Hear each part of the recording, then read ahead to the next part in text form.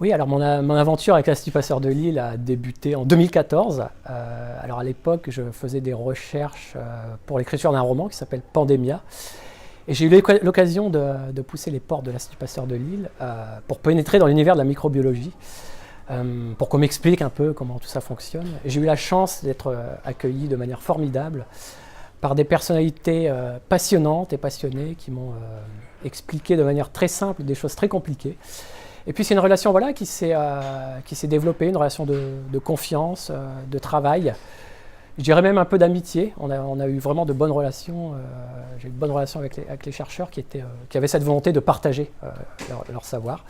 Voilà, donc le livre s'est construit au fil de l'année, au fil de nos rencontres, absolument passionnantes. Et puis et finalement, voilà, le temps a passé.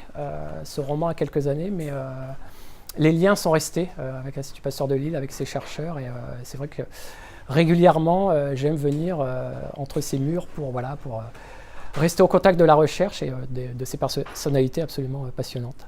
J'ai eu ce besoin et cette envie de soutenir le travail des chercheurs qui ont besoin de nous, qui ont besoin de notre soutien pour travailler sur les maladies qui nous empêchent de bien vieillir.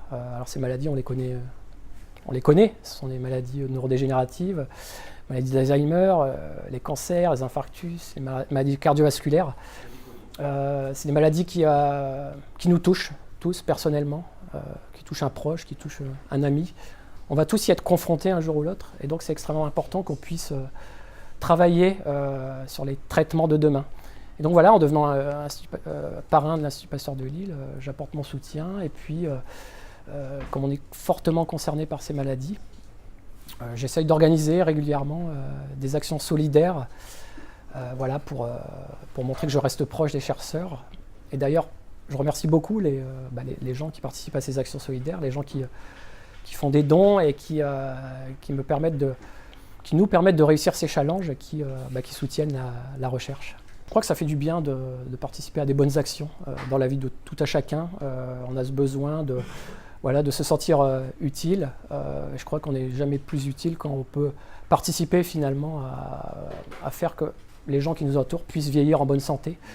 Je sais que chaque action que je mène pour l'Institut Pasteur, ça va avoir une répercussion sur ma famille, sur peut-être même mes enfants qui plus tard vont grandir et je l'espère en bonne santé.